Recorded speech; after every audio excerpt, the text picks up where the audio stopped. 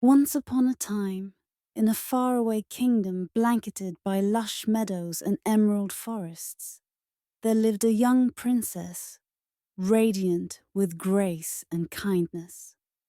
Her mother, the queen, loved her dearly and raised her with wisdom, warmth, and great care. When the time came for the princess to be wed to a distant prince, a great journey was arranged. The queen, with a heavy heart, prepared her daughter for the voyage. She gave her a silken handkerchief, imbued with a drop of her own blood, a token of protection and love.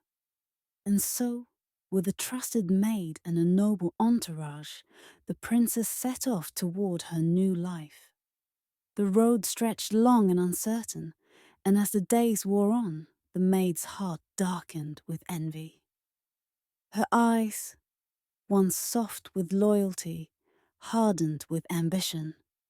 One morning, as the sun painted the hills gold, the maid demanded the princess trade places with her. Startled and heartbroken, the princess refused. But the maid's threats were cruel and sharp.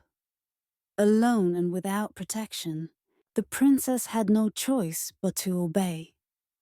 The maid donned her gowns, her jewelry, her very name.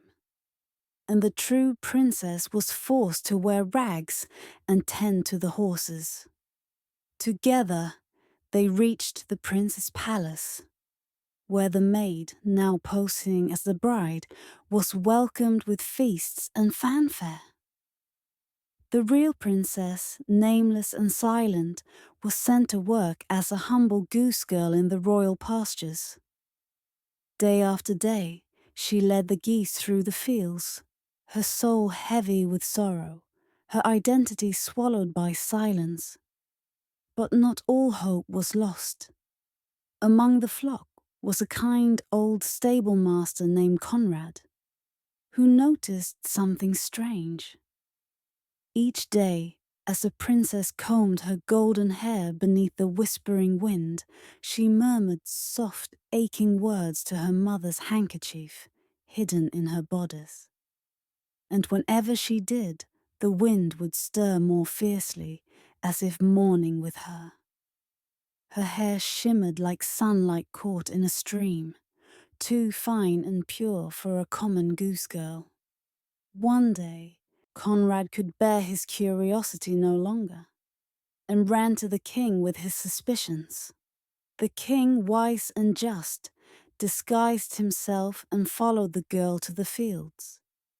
There, hidden among the trees, he listened, and what he heard broke his heart. That night, he summoned the girl and gently asked her story. At first, she was silent, but as tears welled in her eyes, she felt the weight of her truth, of her silence, and she could no longer hold it in. The tale tumbled from her lips, every word honest and trembling. The false bride, she said, still slept under velvet sheets, while the true bride wandered fields with geese as her only companions. The king listened with care and believed her. The next day, he held a royal banquet and commanded both the goose girl and the false bride to attend. As the room filled with lauds and laughter, the king posed a strange riddle to the false bride.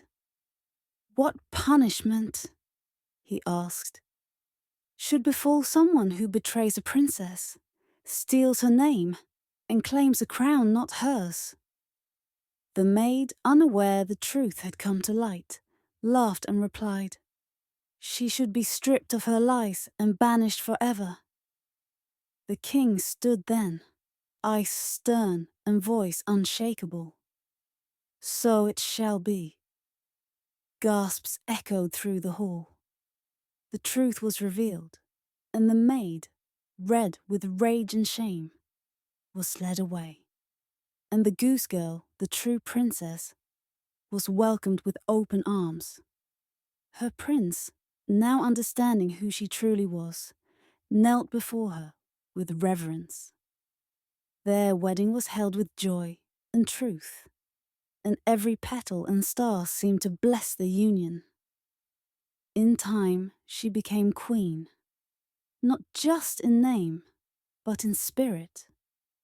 Her reign was remembered for kindness, her story told for generations, and though she never forgot her time in the fields, she wore her past like a crown of wisdom. Thus, the tale of the Goose Girl lives on, a story of truth, lost and truth reclaimed, of quiet strength, and of justice that finds its voice even in the humblest of places. And so the kingdom slept in peace once more.